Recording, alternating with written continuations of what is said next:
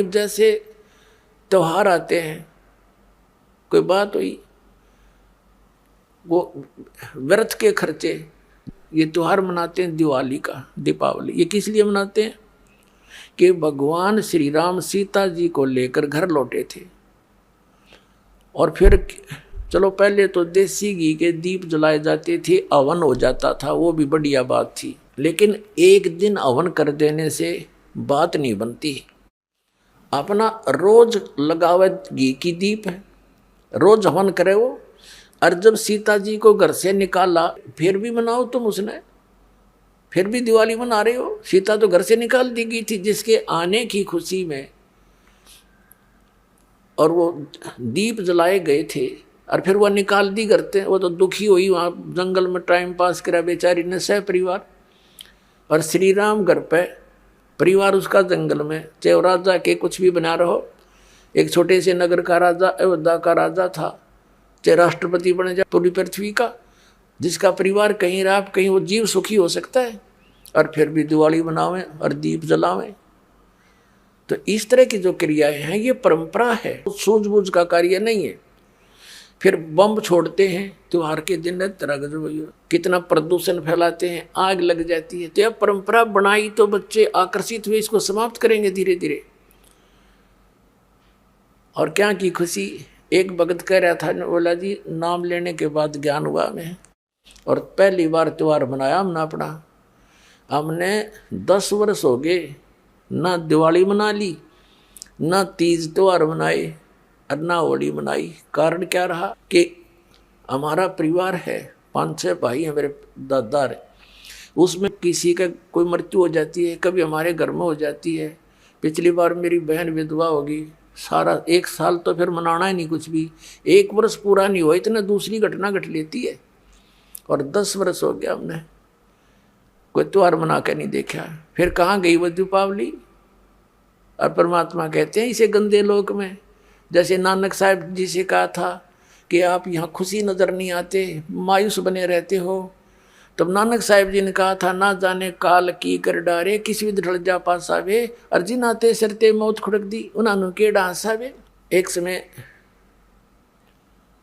एक लड़के का ब्याह था, पहले दिन डीजे बजा रहे, घर में भी नाचे कूदे, बहन भी उसकी घुड़चड़ी पे उसका जो निकाली हुआ फेरी, वो भी चित्र समाचार पत्र में।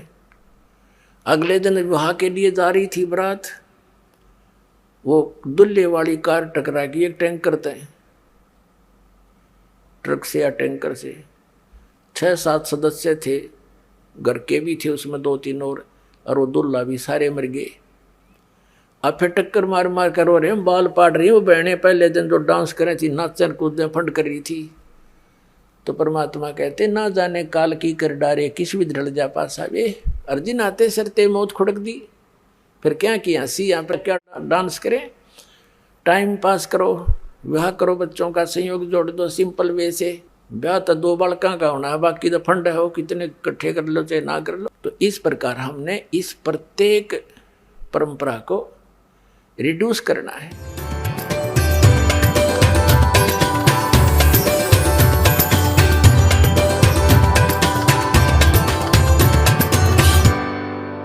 जो परमेश्वर स्वयं सतलोक से चलकर आते हैं, सहशरीर आते हैं भगवान, और सहशरीर फिर पूरा काम अपना करके वो सहशरीर चले जाते हैं।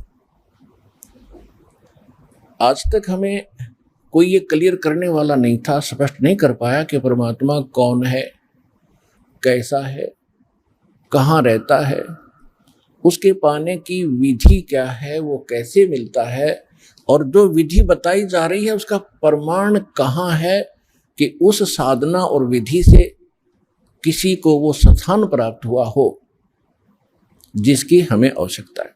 तो ये अभी तक बहुत बड़ी पहेली बनी हुई थी, तो अब परमात्मा ने स्वयं आकर ये सुलझाई है। वैसे तो परमात्मा परमेश्वर कबीर जी 4 युगों में आते हैं। सतयुग में सत सुकृत कह टेरा, त्रेता नाम मुनींद्र मेरा, द्वापर में करुणा में कहाया, कलयुग नाम कबीर दराया। चारों युग में संत पुकारे, और कूक कहा हम हेल रे। हीरे माणक मोती बरसे, ये जग चुगता ढेल रे। परमेश्वर कबीर जी बता रहे हैं कि मैं चारों युगों में आया हूं। सतयुग के अंदर मेरा सत्सुकृत नाम प्रसिद्ध रहा। त्रेता में मुनिंद्र ऋषि के नाम से परमात्मा कबीर जी प्रसिद्ध रहे पूरे युग में। द्वापर में उनका करुणा में नाम रहा, और कलयुग में उस परमात्मा का वास्तविक जो नाम है कबीर साहब, कबीर देव, अल्लाहू अकबर, ये पूरे कलयुग में यही रहेगा। वैसे प्रत्येक युग में परमात्मा अन्य रूपांतर करके भी आते रहते हैं, साधु संत का रूप बनाकर कहीं भी प्रकट हो जाते हैं। कुछ समय वहां रहकर अपनी प्यारी आत्माओं को सच्चा ज्ञान भक्ति दृढ़ करके वो फिर वहां से अदृश्य हो जाते हैं। फिर वो भक्त, वो संत जिनको भगवान मिलते हैं सीधे वो अपने से परिचित कराकर वापस छोड़ते हैं। वो संत भी उस परमात्मा के आंखों देखा गुणगान, उसकी महिमा का वर्णन किया करते हैं। आज आप जी को इस समागम के दौरान अधिकतर परमेश्वर कबीर जी की जानकारी दी जाएगी। वो परमात्मा कौन है, कैसा है, कहाँ रहता है, किसने देखा है। और एक आम कहावत है अपने हिंदुस्तान के अंदर, कोई व्यक्ति कुछ बात कह रहा होता है तो उसको कहते हैं आप कौन से भगवान से मिलकर आए हो जो ऐसी बड़ी बड़ी बातें कर रहे हो। आप जी को उन महापुरुषों के प्रमाण दिए जाएंगे जो भगवान से मिलकर आए हैं। इसको हम मानते हैं कि जो भगवान से मिलकर आया है वो सच्ची कहता है। तो जो परमात्मा से मिलकर आए हैं उन महापुरुषों के भी साथ में एविडेंस, उनकी विटनेस आपके सामने दी जाएगी कि इन महापुरुषों ने परमात्मा को देखा और वो भगवान से मिलकर आए, और परमात्मा ने जो उनको मोक्ष मार्ग बताया उन्होंने कौन सी साधना की जिससे उनका मोक्ष हुआ। तो उसी साधना से, उसी भक्ति से आप और हम सभी का मोक्ष संभव है, इति सिद्धम।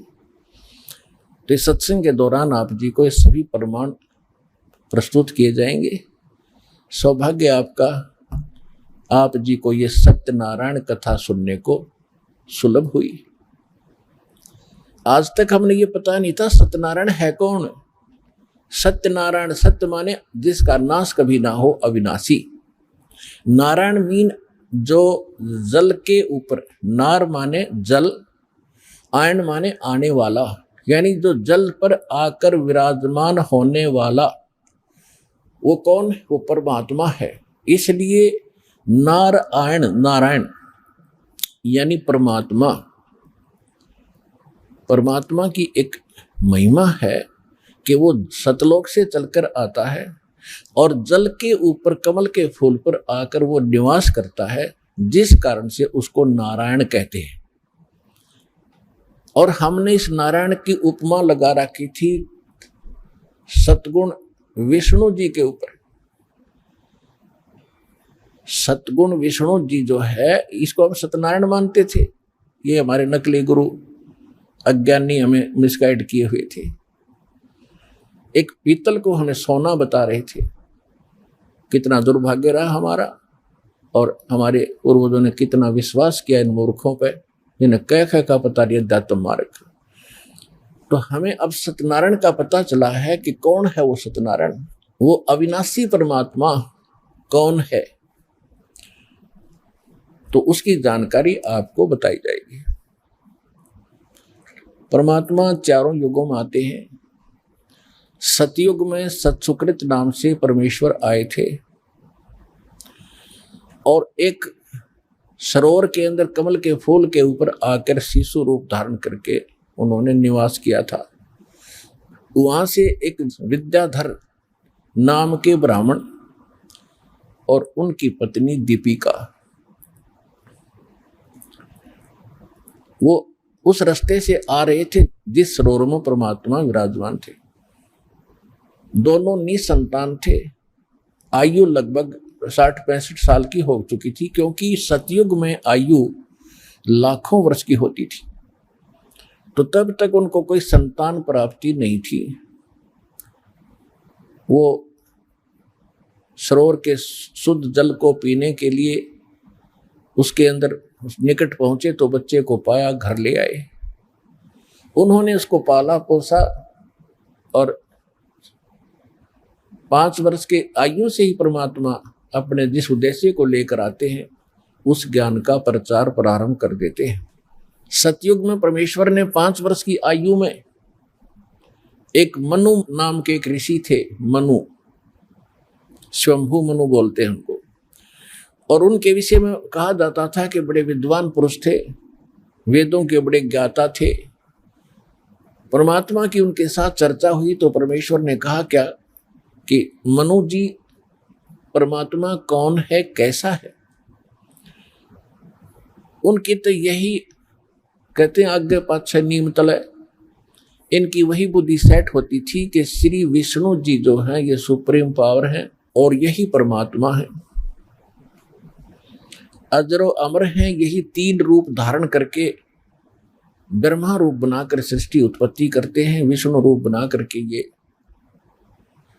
सतिथि बनाते हैं, पालन पोषण करते हैं, शिव रूप धारण करके सबका विनाश करते हैं। और ये भी कहा करते थे कि अविनाशी हैं, अजरो अमर हैं। फिर उनसे पूछा जाता था कि परमात्मा मूलभूत रूप में कैसे है? तो कहा करते वो तो निराकार हैं, वो दिखाई थोड़ी देते हैं। समाधि लगाते हैं तो केवल परमात्मा का प्रकाश दिखाई देता है। और समाधि दशा में हमने देखा है श्री विष्णु जी ही हमें दर्शन देते हैं। ये काल कैसे छल करता है कि जैसे श्री ब्रह्मा जी, श्री विष्णु जी, श्री शिव जी ये तो सगुण देवता हैं, इनके सामने रहते हैं, ऋषियों के सामने खूब प्रकट होते हैं, इनको सब मालूम है क्योंकि इनकी दिव्य दृष्टि काम करती होती थी। सतयुग त्रेता कुछ द्वापर तक भी दिव्य दृष्टि ऐसा होता जैसे हम अपने घर बैठे चैनल में टीवी के अंदर, और यदि कहीं पर भी कोई कार्यक्रम हो रहा हो, किसी जैसे पार्लियामेंट के अंदर कोई सेशन चलता है तो मीडिया वाले डायरेक्ट दिखा देते हैं तो हम घर बैठे देख लेते। ऐसे उनकी दिव्य दृष्टि होती थी, उन भगवानों को वहां बैठा भी देख लेते थे, कहाँ क्या कार्य कर रहे हैं, कैसे रह रहे। वो सामने भी होते थे। जब समाधि ये लगाने की चेष्टा करते थे तो ये काल क्या करता है, किसी को तो विष्णु के रूप में दर्शन दे देता है तो विष्णु का पुजारी हो जाता है, गुण गाता फिरता है कि हमने जान दिया, देख लिया, ये अपने आप को छुपाए हुए हैं श्री विष्णु जी जो सगुण देवता है, 3 देवताओं में से ये सर्वशक्तिमान है, सर्वेश्वर है। हमने समाधि दशा में इसके दर्शन हुए। किसी को ब्रह्मा जी के रूप में दर्शन दे देता है, वो ब्रह्मा के गुण गाता है, ब्रह्मा सर्वशक्तिमान है, ये सब के मालिक है, सृष्टि उत्पत्ति संहार यही करते हैं। किसी को शंकर के रूप में दर्शन दे देता जब ये समाधि के डलेड होते। इस प्रकार इनको भ्रमित ज्ञान प्राप्त रहा है। तो परमात्मा कहा करते थे क्या आप वेदों को मानते हैं? अरे वाह, वेदों को कौन नहीं मानेगा, मनु जी का उत्तर होता था। तो परमात्मा उनको कहा करते थे कि ऋग्वेद मंडल नंबर 9 और सूक्त 86 मंत्र 26-27 में देखिएगा, वो परमात्मा सतलोक में रहता है, वहां से सह शरीर आता, चल कर आता, अच्छी आत्माओं को मिलता है।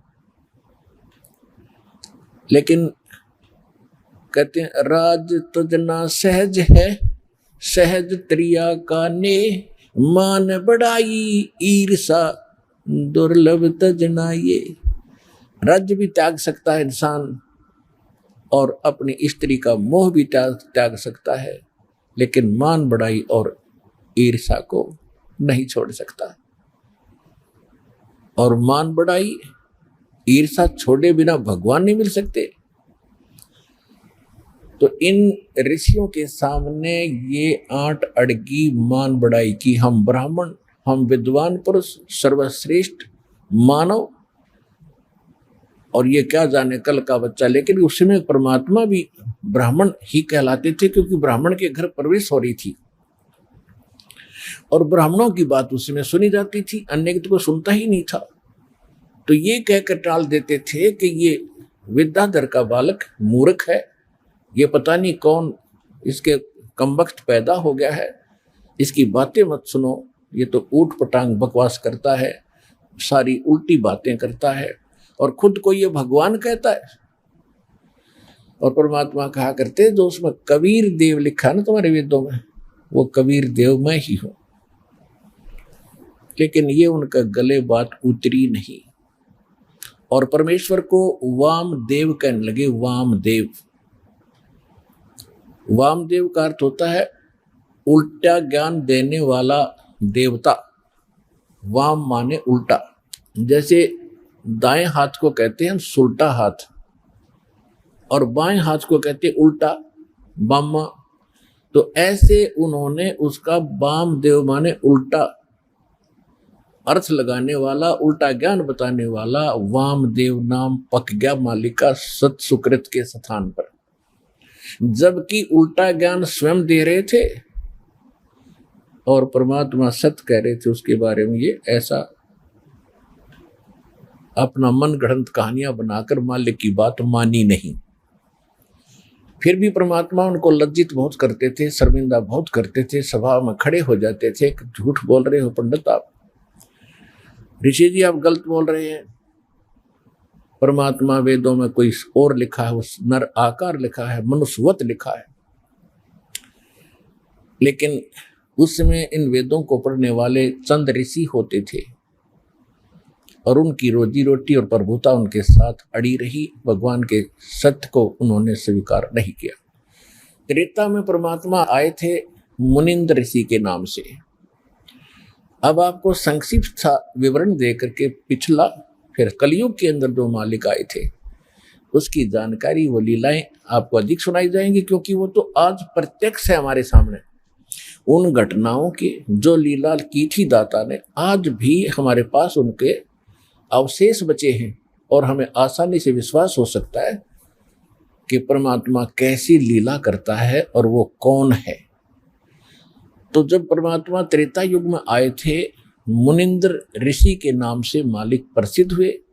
उस समय वही सतयुग वाली जो आत्मा विद्याधर की थी, वही आत्मा वेदविद ब्राह्मण के रूप में जन्म हुआ और वही दीपिका नाम की उसकी पत्नी, सूर्या नाम की उसकी पत्नी बनी।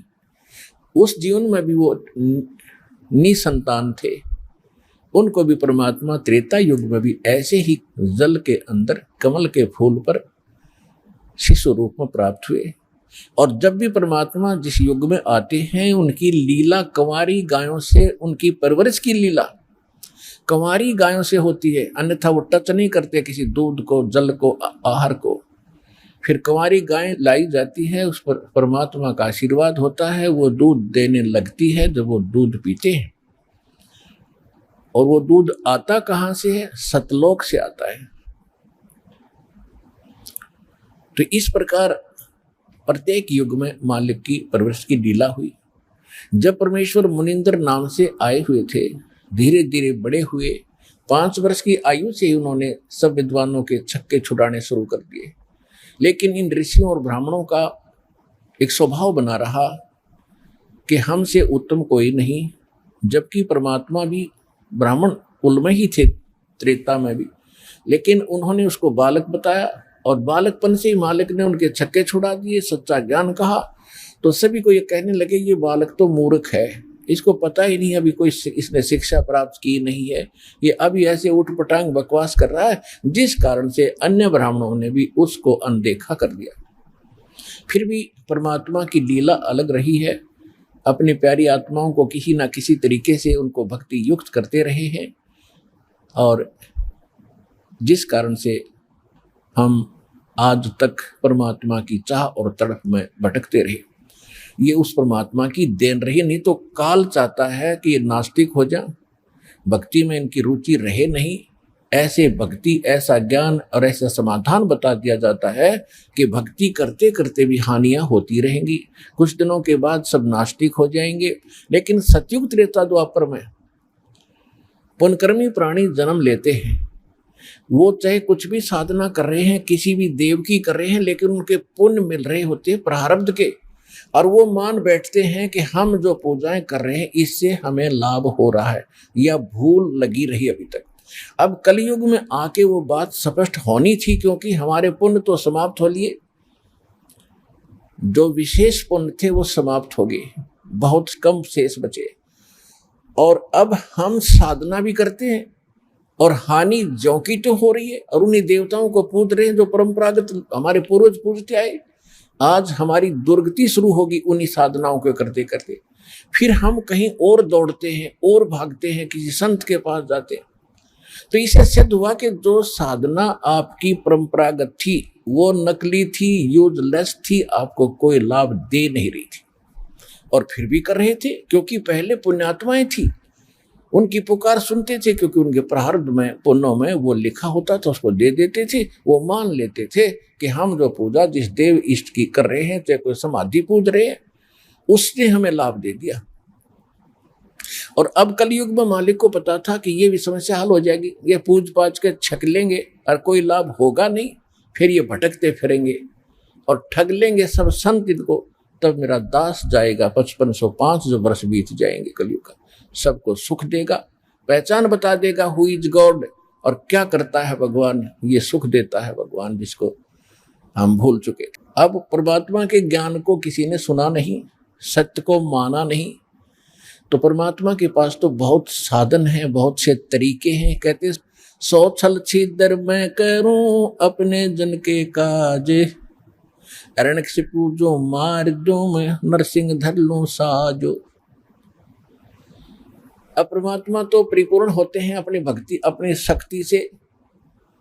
अब जैसे चंदन का पेड़, चाहे लकड़ी भी कहीं पड़ी हो, उसका स्वभाव है महक देती है, सुंदर महक देती है, लुभावनी महक उससे निकल रही होती है, सुगंध होती है।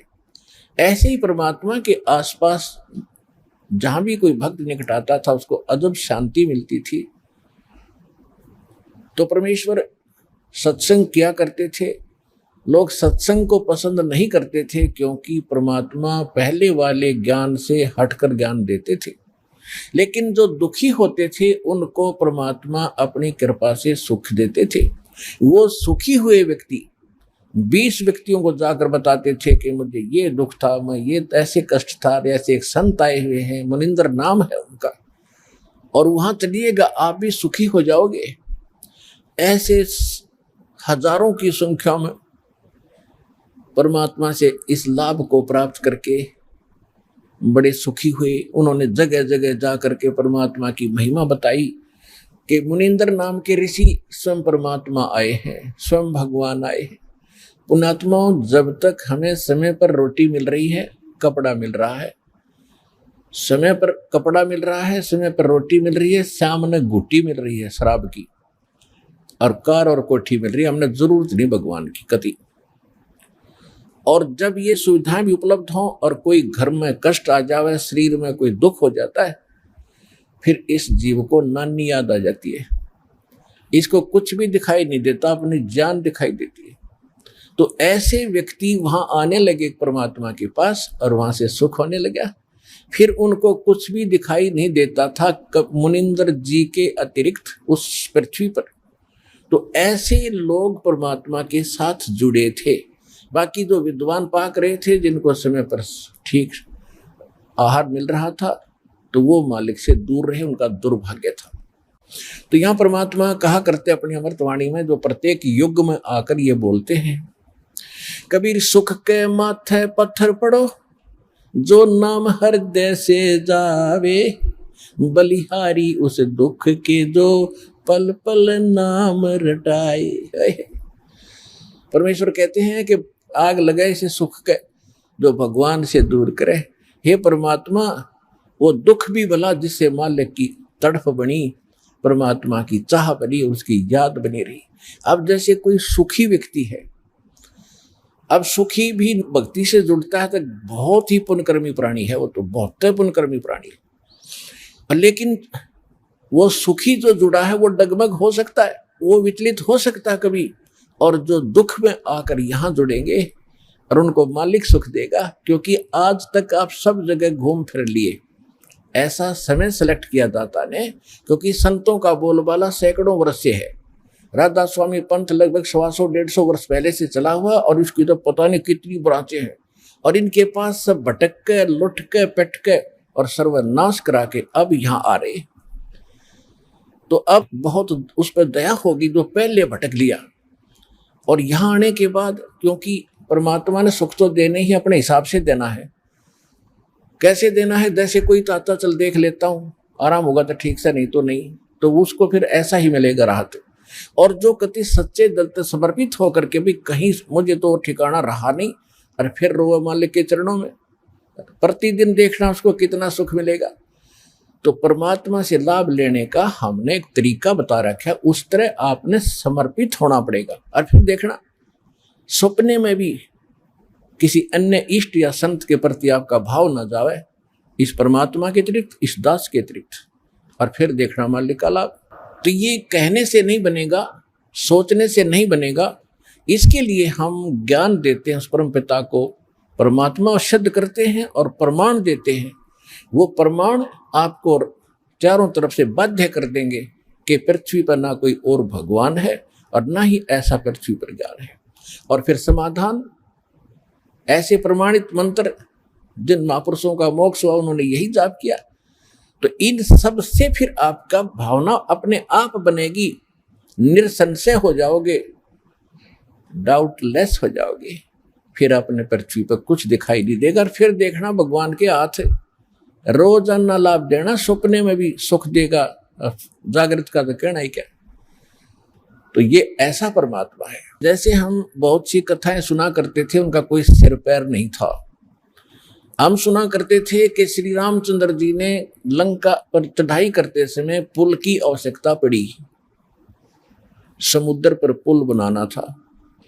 हम ये भी सुनते थे कि 3 दिन तक भगवान श्री रामचंद्र जी समुद्र के अंदर घुटनों पानी में हाथ जोड़े याचना करते रहे कि हे जल्दी हे सागर राज, मुझे रास्ता दे दो, मैं बहुत दुखी हूँ, मेरी पत्नी को लंका का राजा रावण उठा ले गया है और उसको बहुत सता रहा है, उस पर चढ़ाई करनी है, हमने उसको बहुत प्रार्थना कर ली है, वो लौटाने को तैयार नहीं है।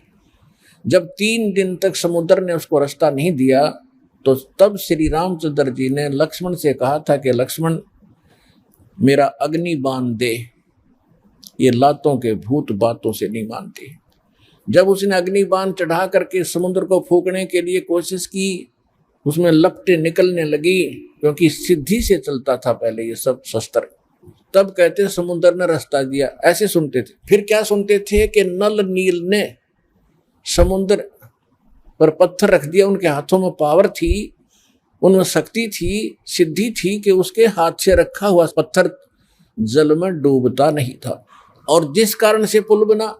फिर हम ये भी सुना करते थे नकलियों से कि हनुमान जी ने पत्थरों पर राम का नाम लिख दिया, इसलिए पत्थर तिर गए।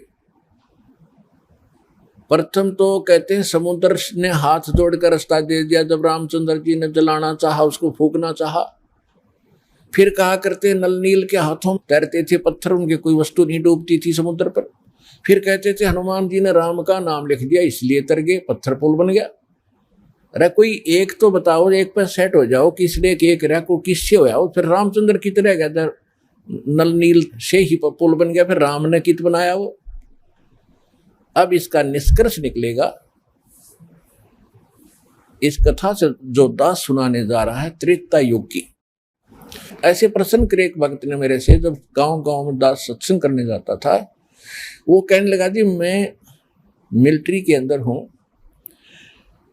और मिलिट्री हमारी ज़्यादातर पहाड़ी क्षेत्र में रही है। जहाँ भी मुझे कोई मंडलेश्वर, कोई संत, कोई गुफा में साधु मिला है, मैं उनसे मिलने जाता रहा हूँ। और ये एक प्रश्न करता हूँ, मैं रामायण का पाठ बहुत करता हूँ, और उसमें देखता हूं कि सभी राक्षस मांस खावें, शराब पीवें, ऐसा व्यवहार विचार उनका हो गया था। और वहां पर विभीषण और मंदोदरी, इनके विचार पढ़ते हैं जब रामायण में, तो साधु संतों जैसे, तो इनको ये ज्ञान कहां से आ गया ऐसे बूढ़े राक्षस नगरी में। तो वो कहने लगा जी मैं सब जगह मंडलेश्वरों के पास जा लिया, पर इस प्रश्न का उन्होंने को संतोषजनक उत्तर नहीं दे पाए, मैं आज तक भटक रहा हूं। तो मैंने कहा भाई इस रोग की दवाई मेरे पास है, अब सुन ले, सुनाता हूं। दास ने सुनाई फिर कथा, जो सत्य कथा है। परमात्मा त्रेता युग में मुनिंदर नाम से आए हुए थे और काफी दुखी व्यक्ति मालिक की कृपा से, आशीर्वाद से सुखी हुए थे। फिर उनको दाता ये प्रथम मंत्र दिया करते थे। ये प्रथम मंत्र में जो पहले और लास्ट वाले नाम पहले नहीं दिए जाते थे, उनको तो अब बचपन से जब कलयुग आया इस समय ही प्रारंभ करना था। ये कंप्लीट कोर्स अब देना था। पहले तो ऐसा समझ लो कि ये आपको ग्लूकोज लगा दी जब तक सर्जन नहीं आया, और ग्लूकोज से रोगी मरता नहीं लेकिन रोग नाश नहीं होता। तो वो प्रथम नाम देते थे दाता और ग्लूकोज लगाकर चले जाते थे। अब ये रोग नाश तो अब होना था, ये दास भेजा है इस जन्म मरण के रोग का नाश करने का सर्जन और डॉक्टर, हर तरह की औषधि और ऑपरेशन सारा सिखाकर, सब ट्रेनिंग दे करके अब सब सुख होंगे, आपका जन्म मरण का रोग कटेगा।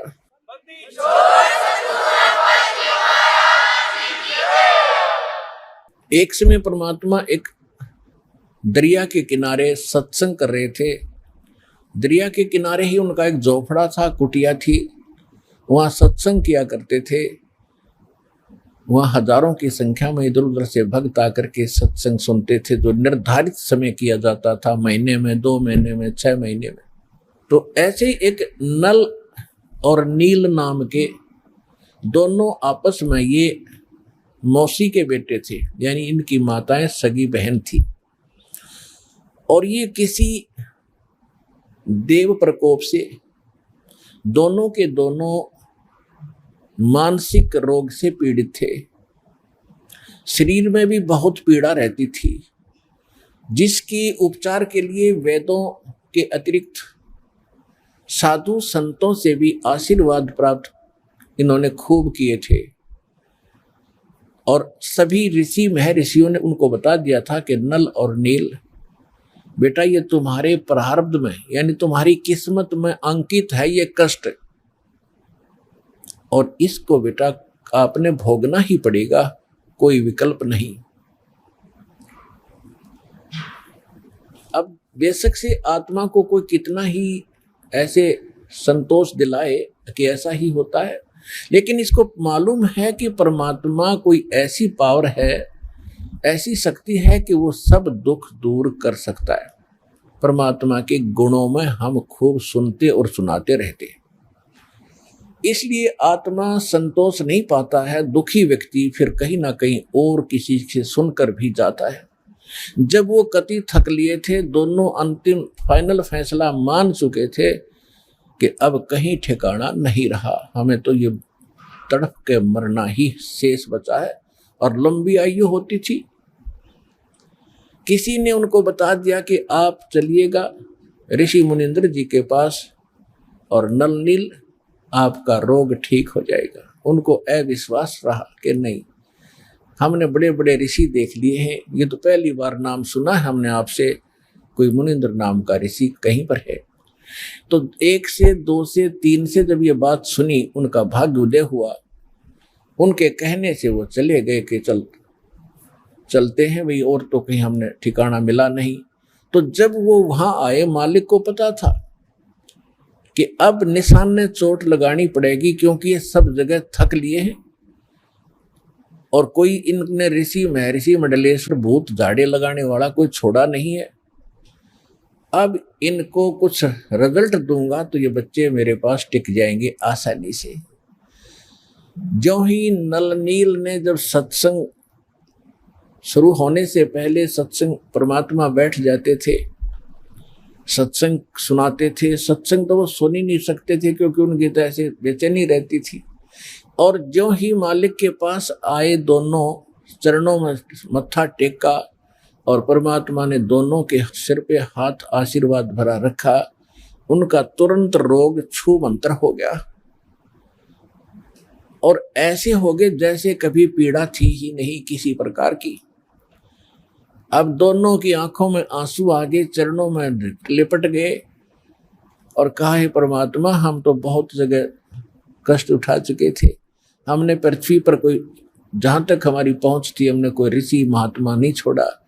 हे परमात्मा, हमारे ऊपर बहुत बड़ा कहर था, बड़ा कष्ट था, आपकी कृपा से हम स्वस्थ हो गए, आप स्वयं परमात्मा आए हो। फिर उन्होंने सत्संग सुना। परमात्मा ने कहा, बेटा ये तो एक अस्थायी लाभ है, अभी तो और भी आपके भाग्य में और आपके संचित पाप कर्मों का ढेर लगा पड़ा है, उसके लिए भी औषधि बताऊंगा, वो मंत्र दीक्षा आपको दूंगा, आप वो लीजिएगा। पहले सत्संग सुनिएगा। फिर सत्संग सुना, दीक्षा ली, फिर गुण गाने लगे भगवान के, जो भी मिला उसी से कहें कि भगवान आए हैं, मुनिंद्र नहीं ये परमात्मा आए हैं, आप चलो। फिर उनकी कोई नहीं माने क्योंकि लोग सुखी थे, केवल दुखी मानता है। तो कुछ दिनों के बाद क्या हुआ कि जैसे आप यहाँ देखते हो, उसका चित्रार्थ सारा ही आप देख सकते हो दृश्य। यहाँ पर आप देखते हो 80% भक्त दुखी आते हैं, काल के पीड़े हुए आते हैं, कर्मों के पीटे हुए आते हैं, और क्या हालत में आते हैं। कोई स्ट्रेचर पर आता है, किसी को कैंसर है। आत्मा हमारी मानती है कि परमात्मा, अज्ञानता में आपके बच्चे कितना कष्ट पा गए, पहले इन्होंने गलतियां की, पाप इकट्ठे किए, अब काल ने इनके सिर पर रख दिया कि इनको भोगो। परमात्मा अपने बिना अपने के दुख न कौन जानेगा, अगर आप भी नहीं इनको राहत दोगे तो ये कहाँ जाएंगे। दास उसका नौकर है, दास उसका पियन है, चपड़ासी है परमपिता कबीर भगवान का। आपकी अर्जी उसकी टेबल पर रख देता हूँ, वो तो जानी जान है किसकी स्वीकार करनी है, किसकी ना करनी है, उसके इसके दिल में दोष है, कौन सच्चे आत्मा से पुकार रहा है, वो मालिक देखता है। दास की अर्जी यही होती है कि उसकी चरणों में आपकी पुकार अवश्य पहुंचाता हूं, जब देखता हूं उनकी हालत कि आप बिना सुख देने वाला मालिक ना कोई हुआ ना होगा, आपके दरबार में सुख नहीं है तो दाता फिर कहां से प्राप्त होगा। तो हम जितनी अर्जी लगा सकते हैं, जैसी हमारी अकल काम करती है, लगाते हैं। सुनना दाता कबीर भगवान ने है और वो अवश्य सुनते हैं। ये सुख सागर है, ये दयालु भगवान, ये रहीम है, राम रहीम यही है। तो इसी प्रकार वहां आते थे, कई कई दिन रुक जाते थे, स्वाभाविक, क्योंकि वहां एक न्यारी शांति मिलती है। संसारिक कष्टों से, जो समस्याओं से मन हटकर एक मालिक पर लग जाता है, इसलिए कोई 2 दिन सत्संग में, कोई 1 दिन, कोई 3-3, 4-4 दिन का सत्संग भगवान कर दिया करते थे। तो परमात्मा कहा करते थे, बेटा जो गरीब असहाय व्यक्ति हैं, बीमार हैं, रोगी हैं, वृद्ध हैं, यहाँ कई कई दिन रुकते हैं, तो उनके बर्तन साफ करो, उनके कपड़े धोया करो, ताकि उनकी आत्मा खुश हो और तुम्हें सेवा का फल मिले, ताकि तुम्हारे ऊपर जो कष्ट है वो ना आए। क्योंकि हमारे जो अंतःकरण में हमारे जो पाप कर्म वो कई प्रकार से साफ होंगे। कुछ तो ऐसे प्रकार के पाप कर्म हैं जो संत के आशीर्वाद मात्र से समाप्त हो जाते हैं।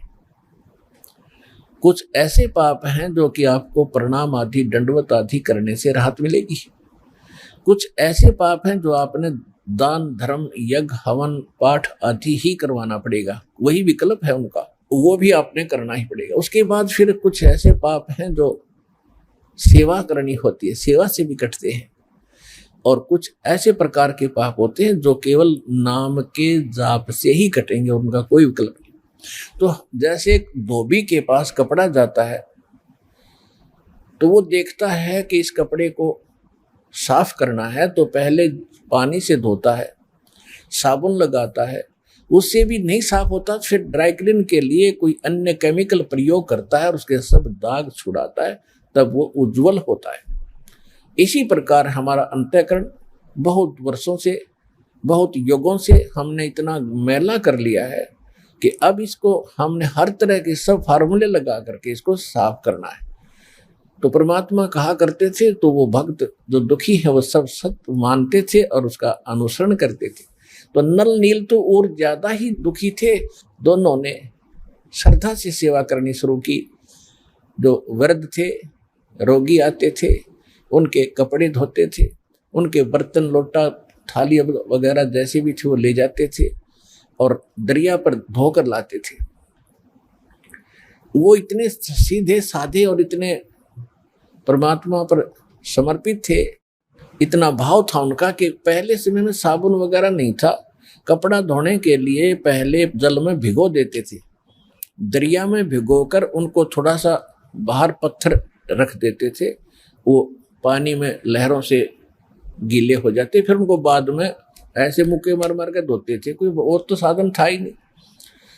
और बर्तनों को भी ऐसे पहले भिगोकर थोड़ी देर के बाद धोने के लिए किनारे रख देते थे और तब तक वो बैठ जाते थे वृक्ष के नीचे और चर्चा करते थे सत्संग में सुनाई कथाओं का, और फिर अपने दुखों के बारे में कहते थे, ओहो हमें तो भगवान मिल गए और सच्चा ज्ञान मिल गया और सही मंत्र मिल गए, ओहो बड़ा कल्याण हुआ, बड़ी दया करी परमात्मा ने, देखो आज सत्संग में ऐसे सुना रहे थे परमात्मा, सारी सत्य है। ऐसे वो काफी देर तक चर्चा करते थे। फिर उनको याद आता था कि हमने कुछ सेवा भी करनी है, तब तक किसी का कोई कटोरा बह जाता, किसी का कोई कपड़ा खिसक जाता लहरों में, तो उन्हें पता नहीं लगता, वो धो धाकर जितने थे शेष ठा के लाकर सबके रख देते। कहने का भाव ये है, किसी का कटोरा कम, किसी का गिलास गुम हो गया, किसी का धोती, किसी का कुर्ता नहीं पाया, तो सभी दिक्कत मानते थे, दुखी होते थे कि नल नील आप ये कमीज नहीं मिला, मेरा कटोरा नहीं मिल रहा, मुझे गिलास नहीं मिला। तो 2-4 बार उन्होंने कहा ऐसे हुआ, तो उन्होंने गुरुदेव जी के पास प्रार्थना की कि महाराज ऐसे ऐसे हम दुखी हो लिए और ये आपके भक्त, श्रद्धा तो बहुत है, लेकिन जो दूसरे सेवादार थे वो बताया करते थे कि ये तो वृक्ष के नीचे बैठ जाते हैं और भिगोकर बर्तनों और कपड़ों को ये बहुत देर में ध्यान देते हैं, वो बह जाते हैं, ये ध्यान नहीं देते। तो परमात्मा ने कहा बेटा ध्यान रखा करो। तो अच्छा जी ध्यान रखेंगे। फिर वैसे ही हो जाती है कि कुछ दुखों का दुखी किया हुआ प्राणी जो होता है उसका कुछ ऐसा वो स्वभाव सा बना हुआ था, भोले भाला, उनका दिमाग कंडम सा हो गया था, उस समय भी वो ज्यादा ही भोले टाइप के ही थे। तो फिर ऐसे ही हो गया, तो फिर शिकायत हुई। तो परमात्मा ने कहा बेटा इनकी आत्मा दुख पाती है, सेवा भी करते हो फिर उतना दुखी कर रहे हो, तो आप ये सेवा ना करो, क्योंकि आपका स्वभाव में ऐसा हो गया है। तो वो रोने लग जाते, उनको डर लगता कहीं फिर वो दुख ना आ जाए हमारे ऊपर जिस परमात्मा ने आज्ञा दे रखी है। और आज तो ये शायद गुस्से में कह रहे होंगे, फिर रोने लग गए, परमात्मा हमसे सेवा ना छीनो, दाता हमसे सेवा ना छीनो। उनको डर ये था कि कहीं फिर से ना वो कैर टूट जाए जो पहले हम दुख पा रहे थे, बुरी तरह रोने लगे। तो परमात्मा ने सोचा भी इनकी श्रद्धा भी बनी रहनी चाहिए। तो परमात्मा ने आशीर्वाद दे दिया कि बेटा जो करो सेवा, आज से तुम्हें आशीर्वाद दे दिया है कि तुम्हारे हाथ से चाहे तुम लोहा भी रख देना, और तो छोड़ो पत्थर, ये तो कुछ हो, चाहे पत्थर भी रख देना बेटा, जल में नहीं डूबेगा। तो वो दोनों जाकर फिर देखने लगे। उन्होंने पत्थर उठा कर रखा सबसे पहले, वो नो का नो पत्थर खड़ा रहा, जहां रखा था वहीं टच से मस नहीं हुआ। उन्होंने उठाया तो हटा, तो और देखने लगे भगत, एक बार फिर रखिए वही नल नील, उन दोनों ने फिर रखा, उसके ऊपर खड़े हो गए पानी में, और तब भी नहीं नीचे को गया। तो सब जगह होने लगी वही नल नील, मतलब बहुत भगवान ने शक्ति दे दी। तो इस प्रकार फिर वो क्या करते थे, जो भी कपड़ा जहां रख दिया पानी में, जिस सतर में डबो कर रख दिया तो वही रहा वो। चाहे उसमें काशी के थाली बेले होते थे, काशी धातु के, और काशी तो अमूमन डूबती है पानी में, तो वो भी रख दिया तो वो भी नहीं डूबा। तो इस प्रकार ये जो उनको शक्ति प्राप्त हुई थी, कबीर परमेश्वर उर्फ मुनिंद्र जी की रजा से वो शक्ति, वो सिद्धि प्राप्त थी, जिस कारण से समुद्र पर वो पत्थर नहीं डूबते थे। अब प्रश्न दूसरा उनका ये था कि श्रीलंका में जहाँ राक्षसों का पूरा ग्रुप था और मंदोदरी और विभीषण, इनके पास ऐसा ज्ञान कहाँ से आ गया? वो इतना समझा रही अपने पति को कि ऐसा ना करो, ऐसा हो जाएगा, ये ऐसी है, ये आम वर्ष औरत नहीं है, ये भगवान की पत्नी है, और रावण मान नहीं रहा।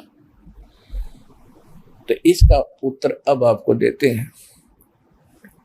परमेश्वर जब कबीर जी मुनिंदर नाम से त्रेता में आए हुए थे, इनका अपना विधान है, गोता मारूं स्वर्ग में और जा बैठूं पाताले, गरीबदास ढूंढता फिरूं अपने हीरे मोती लाले। अब 100 साल छिदर में करूं अपने जन के काज, हिरण्यकशिपु जो मार दूं मैं, नरसिंह धर लूं साज, नदन के रूप बना लूं अपने बच्चे के लिए। तो परमात्मा एक साधु ऋषि रूप में थे ही, श्रीलंका में पहुंच गए और वहां पर एक चंद्र विजय नाम का एक भाट था, भाट, और उसके परिवार में पुत्र पुत्री, पुत्र वधू, पत्नी, कुल मिलाकर 16 सदस्य थे। और जो चंद्र विजय भाट था वो रावण के पास जाता था। ये भाट लोग क्या करते थे कि अपनी रोजी रोटी के लिए राजाओं के पास जाते थे, राजा लोगों का वो मनोरंजन कराते थे, रिक्रिएशन कराते थे, ऐसे उनके गुण गाते थे, आप राजाधिराज हो, आपके राज में सब सुखी हैं, आपका बड़ा गुणगान हो रहा है, आप बड़े महापुरुष हो, और कुछ चुटकुले आदि सुनो कर उनको प्रसन्न रखते थे, गाने गुने गाते थे, गीत सुनाते थे, और राजा लोग उनको उसके प्रतिफल में कुछ इनाम देते थे। इसी प्रकार उसकी पत्नी का नाम था करमवती, और वो मंदोदरी रानी के पास जाती थी, रानी का मनोरंजन कराती थी, ऐसे बुढ़ी अच्छी कहानी कथा सुनाकर, अश्लील बातें सुनाकर रानी को खुश रखती थी। रानी उसको इनाम दे देती थी मंदोदरी। इस तरह उनका गुजारा निर्वाह चल रहा था। एक दिन परमात्मा उस चंद्र विजय भाट के घर से थोड़ी सी दूरी पर, पहले जंगल बहुत होते थे, यानी वन बहुत होते थे, और वनों में कहीं कहीं झोंपड़ी सी सबकी अलग अलग होती थी। एक वृक्ष के नीचे उस रास्ते में बैठ गए जहां से चंद्र विजय सुबह सुबह फ्रेश होने के लिए जाता था। और उस समय वो साधु संतों को बड़ा देखकर खुश होता था। चंद्र विजय पिछले संस्कार होते हैं, आदमी किसी भी जाति विशेष में जन्मा है वो उसके संस्कार हैं, लेकिन जो भक्त है, भक्ति बीज पलटे नहीं, चाहे पलट जाओ ब्रह्मांड। तो भक्ति की आस्था उसके अंदर न्यारी थी। बेशक से सारा दिन बकवाद ही सुनता और सुनाता था, लेकिन भक्ति वाले लक्षण भी उसके अंदर विद्वान थे। साधु देखे, चरणों में मत्था टेका, और हे भगवान, आज बड़े भाग्योदय हुआ, मेरा ऋषि जी के दर्शन आज सुबह सुबह हुए, हम दास के लिए कोई सेवा बताओ, हमारे घर पर चलिए भगवान, आज तो बड़ा सौभाग्य मेरा। तो परमात्मा को वो घर ले आए। परमात्मा गए इसलिए थे, उनके झोपड़ी के सामने बैठ गए और लगे सत्संग सुनाने। चंद्र विजय ने तो उसी दिन दीक्षा ले ली, लेकिन परिवार के सदस्य कहने लगे, महाराज हम अभी नहीं मानेंगे आपकी बात, हम तो भगवान शंकर के पुजारी हैं, क्योंकि रावण राजा शंकर का पुजारी था तो जनता ने तो होना ही था, हम अभी नहीं मानेंगे आपकी बात को। परमात्मा फिर गए, कभी कभी रह रह कर जाते रहे, कथा सुनाते रहे, फिर घर में सुख होने लगे जो पहले शंकर जी की पूजा से नहीं हो रहे थे। फिर धीरे धीरे 16 के 16 सदस्यों ने वह दीक्षा प्राप्त कर ली। अब पहले तो वो करमवती जाती थी मंदोदरी के पास, तो कैसी बकवाद सुनाया करती थी, गंदी छटोरी अश्लील बातें कहानी सुनाकर उसको खुश करती थी। और फिर जब उसने ज्ञान सुना परमपिता परमात्मा से, तो फिर उसमें वह कैसेट, वो मेमोरी कार्ड दूसरा भर दिया भगवान ने, अब फिर वो लगी बोलने ये राम कथा, अमर कथा, ये परमात्मा का ज्ञान सुनाने लगी। तो मंदोदरी भी भगवान की पिछले संस्कार तो थे ही इतने अच्छे। रानी तो बनी है, को आम लड़की औरत नहीं होती, वह उसके पिछले पुण्य बहुत गजब के होते हैं, अच्छे होते हैं।